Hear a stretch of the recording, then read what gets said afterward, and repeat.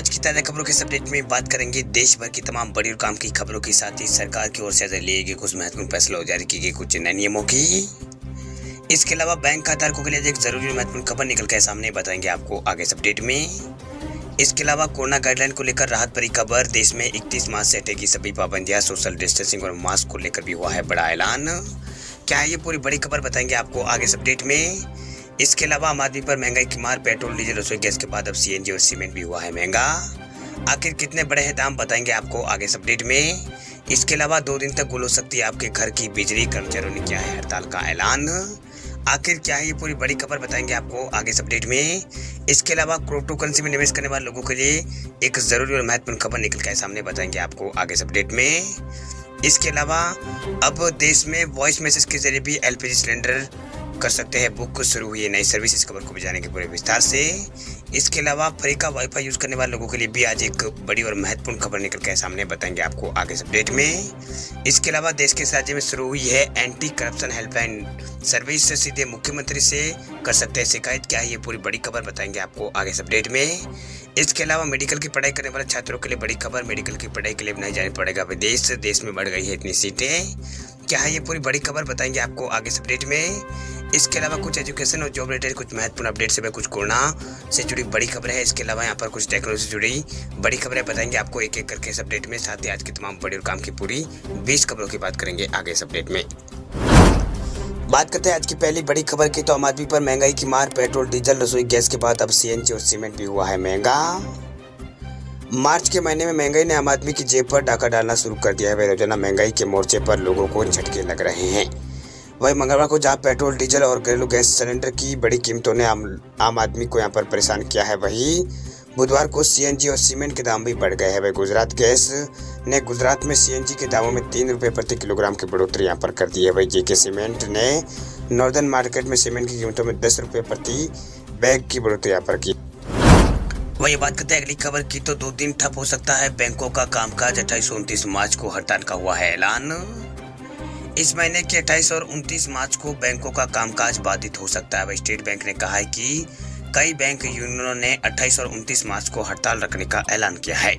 वही हड़ताल की स्थिति में बैंकों के कामकाज पर इसका असर देखने को मिलेगा। वही बैंकों के निजीकरण के खिलाफ कई बैंक कर्मचारी संगठनों ने हड़ताल की योजना यहाँ पर बनाई है। एसबीआई ने कहा है कि भारतीय बैंक संघ यानी आईबीए ने उसे यहाँ पर सूचित किया है कि अखिल भारतीय बैंक कर्मचारी संघ यानी एआईबीए, बैंक कर्मचारी संघ और अखिल भारतीय बैंक अधिकारी संघ ने देशव्यापी हड़ताल पर जाने का फैसले पर एक नोटिस यहाँ पर जारी किया है। बैंक संगठन सरकार के उस कदम का विरोध कर रहे हैं जिसमें निजीकरण नीतियां को आगे यहाँ पर बढ़ाई जा रही है।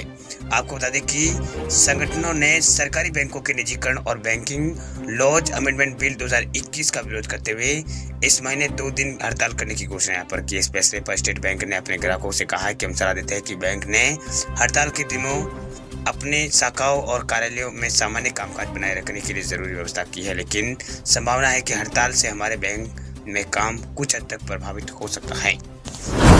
चलिए बात करते हैं अगली खबर की, तो एलपीजी उपभोक्ताओं के लिए खुशखबरी, वॉइस मैसेज से भी बुक कर सकते हैं एलपीजी सिलेंडर। बीपीसीएल ने शुरू की है नई सर्विस। लगातार अपग्रेड हो रही तकनीकी के साथ साथ हमारा जीवन भी यहाँ पर नियंत्रण सरल और सुगम यहाँ पर हो रहा है। ज़्यादा बात पुरानी नहीं है जब गैस सिलेंडर की बुकिंग के लिए घंटों एजेंसी के लाइनों में यहाँ पर लोग लगा करते थे। वही सिलेंडर बुक करने वाला उस दिन यहाँ पर किसी माई बाप से कम नहीं हुआ करता था, लेकिन आज वही गैस सिलेंडर एक मिस कॉल या फिर एक मैसेज से बुक हो जाता है। वही ऑनलाइन पैसा जमा हो जाता है और अगले ही 2 दिन में आपका जो सिलेंडर है वो घर आ जाता है। वही अब इस मामले में और नई तकनीक में यहाँ पर शुरू हुई है, नई तकनीक यहाँ पर ईजाद हुई है। वैसी कड़ी में सरकारी जो कंपनी है भारत पेट्रोलियम कॉर्पोरेशन लिमिटेड यानी बीपीसीएल ने एलपीजी सिलेंडर की बुकिंग के लिए एक वॉइस बेस्ड यानी आवाज़ पर आधारित डिजिटल पेमेंट फैसिलिटी यहाँ पर लॉन्च की है। जिन लोगों के पास स्मार्टफोन या फिर इंटरनेट नहीं है वे बेसिक फ़ोन से यहाँ पर वॉइस मैसेज भेजकर गैस सिलेंडर बुक करा सकते हैं, यानी गैस सिलेंडर के लिए भुगतान भी बुक कर सकते हैं। बता दें आपको कि भारतीय रिजर्व बैंक के गवर्नर शक्तिकांत दास ने यूपीआई 123 पे शुरू करने का ऐलान किया था। वह यूपीआई 123 पे सर्विस को शुरू करने वाली बीपीसीएल देश की पहली कंपनी यहाँ पर है। वही बीपीसीएल ने कहा है कि उसने वॉइस बेस्ड डिजिटल पेमेंट सुविधा को देने के लिए ultra cash technology private limited के साथ साझेदारी की है। ये सुविधा भारत गैस के ग्राहकों को यूपीआई 123 पे के जरिए अपना एलपीजी सिलेंडर बुक करने की सुविधा यहाँ पर देगा। यानी इसमें आप सिलेंडर बुक कर सकते हैं और उसका जो बैलेंस वगैरह है, यानी जो उसका भुगतान भी आप इसमें आप कर सकते हैं। वही भारत गैस के ग्राहक बिना इंटरनेट वाले फ़ोन से 08054163554 पर आप कॉल करके भारत गैस सिलेंडर का जो सिलेंडर है वो बुक यहाँ पर कर सकते हैं।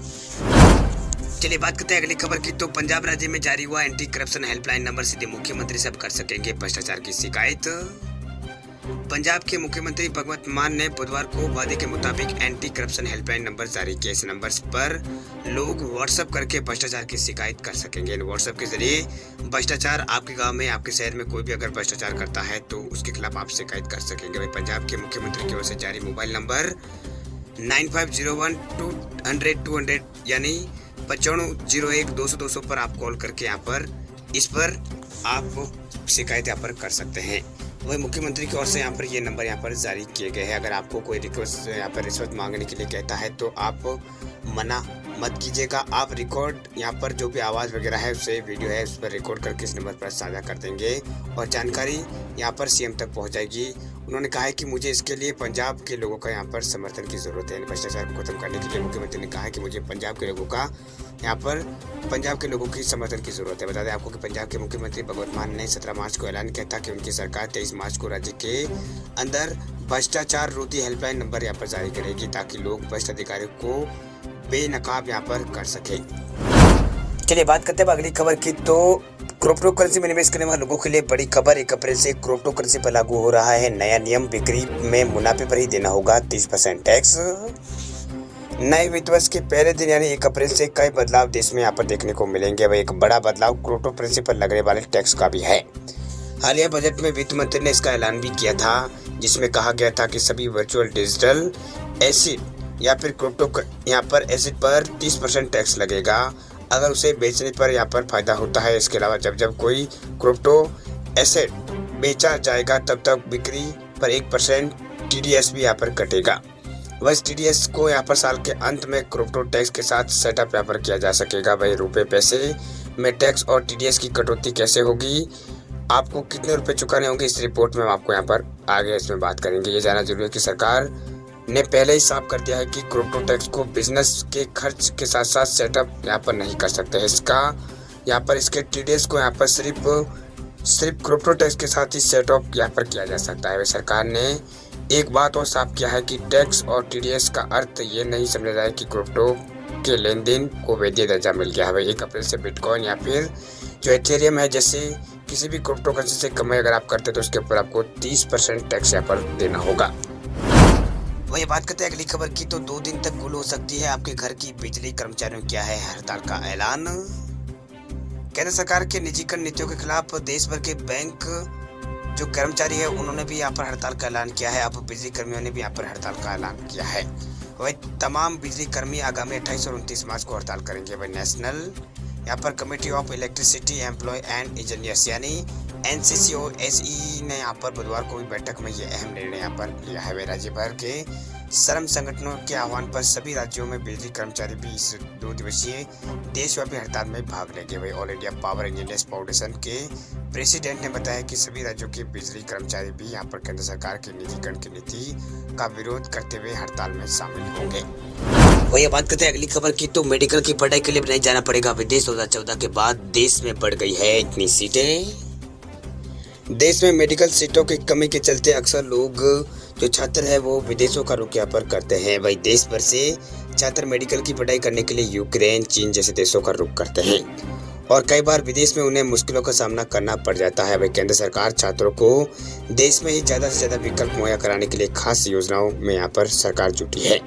वही 2014 के बाद देश में मेडिकल सीटों में काफ़ी ज़्यादा बढ़ोतरी यहाँ पर हुई है। वही केंद्र सरकार ने राज्यसभा में इस संबंध में जानकारी देते हुए बताया कि अंडर ग्रेजुएट मेडिकल सीटों में 75% और PG सीटों में 53% की बढ़ोतरी यहाँ पर हुई है। वह केंद्रीय स्वास्थ्य मंत्री मनसुख मंडाविया ने राज्यसभा में एक प्रश्न के लिखित जवाब देते हुए उन्होंने कहा है कि अंडर ग्रेजुएट मेडिकल की सीटों की संख्या 2014 से पहले यहाँ पर 51,384 थी, जिससे बढ़ाकर अब यहाँ पर 90,000 के आसपास कर दिया गया है। ये करीब 75% की बढ़ोतरी है। इस दौरान PG सीटें भी यहाँ पर 31,000 से बढ़कर 60,000 के आसपास हो गई। ये बढ़ोतरी करीब 93% है। और उन्होंने कहा है कि जो छात्र MBBS करने और यहाँ पर विदेशी चिकित्सा योग्यता प्राप्त करने के लिए विदेश जाते हैं, उन्हें भारत में चिकित्सा व्यवसाय के रूप में पंजीकृत होने के लिए विदेशी चिकित्सा स्नातक परीक्षा पास करनी होती है।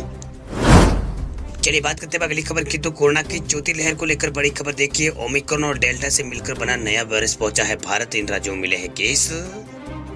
भारत में कोरोना वायरस के नए मामलों में कमी आने के बाद लोगों ने थोड़ी राहत की सांस जरूर ली है, लेकिन इस बीच देश में कोविड-19 के एक और नए वेरिएंट ने दस्तक यहाँ पर दे दी है। भाई कोरोना वायरस का नया वेरिएंट डेल्टा और ओमिक्रॉन से मिलकर यहाँ पर बना है। वह डेल्टा और ओमिक्रॉन से मिलकर बना डेल्टा क्रोन वेरिएंट भारत पहुंच चुका है और कई राज्यों में इसके मामले यहाँ पर सामने आए हैं। वही तेलंगाना टुडे के हवाले से यहाँ पर एक खबर यहाँ पर आई थी। उसके अनुसार यहाँ पर भारत में कोविड के जीनोमिक्स कौशलमिया और यहाँ पर जो दूसरे यहाँ पर जी साइड ने यहाँ पर इसका इशारा किया है कि देश में 568 मामले जांच की दायरे में है। रिपोर्ट के अनुसार कर्नाटक में 221 मामलों में डेल्टा क्रोन वेरिएंट के संकेत मिले हैं, जो हॉटस्पॉट बन गया है। इसके अलावा यहाँ पर तमिलनाडु में 90 और महाराष्ट्र में 67 और गुजरात में 33, पश्चिम बंगाल में 32 और तेलंगाना में 25 और नई दिल्ली में 20 मामले जाँच के दायरे में हैं।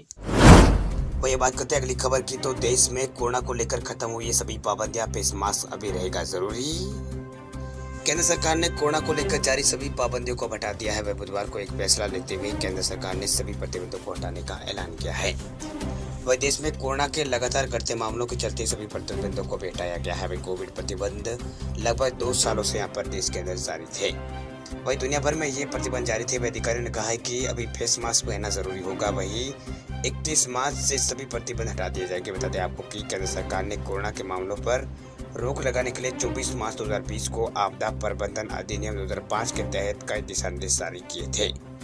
वही केंद्रीय गृह सचिव अजय भल्ला ने राज्यों और केंद्र शासित प्रदेशों को चिट्ठी लिखी है। इस चिट्ठी में उन्होंने राज्य और केंद्र शासित प्रदेशों के डीएम एक्ट को यहाँ पर डीएम एक्ट के तहत जारी गाइडलाइंस को हटाने के लिए पर कहा है। उन्होंने आगे कहा है कि राष्ट्रीय आपदा प्रबंधन प्राधिकरण ने फैसला किया है कि डीएम अधिनियम के प्रावधानों को लागू करने की अब जरूरत नहीं है। उन्होंने कहा है कि नियमों की अवधि 31 मार्च को समाप्त हो रही है। इसके बाद गृह मंत्रालय की ओर से कोई आदेश यहाँ पर जारी नहीं किया जाएगा।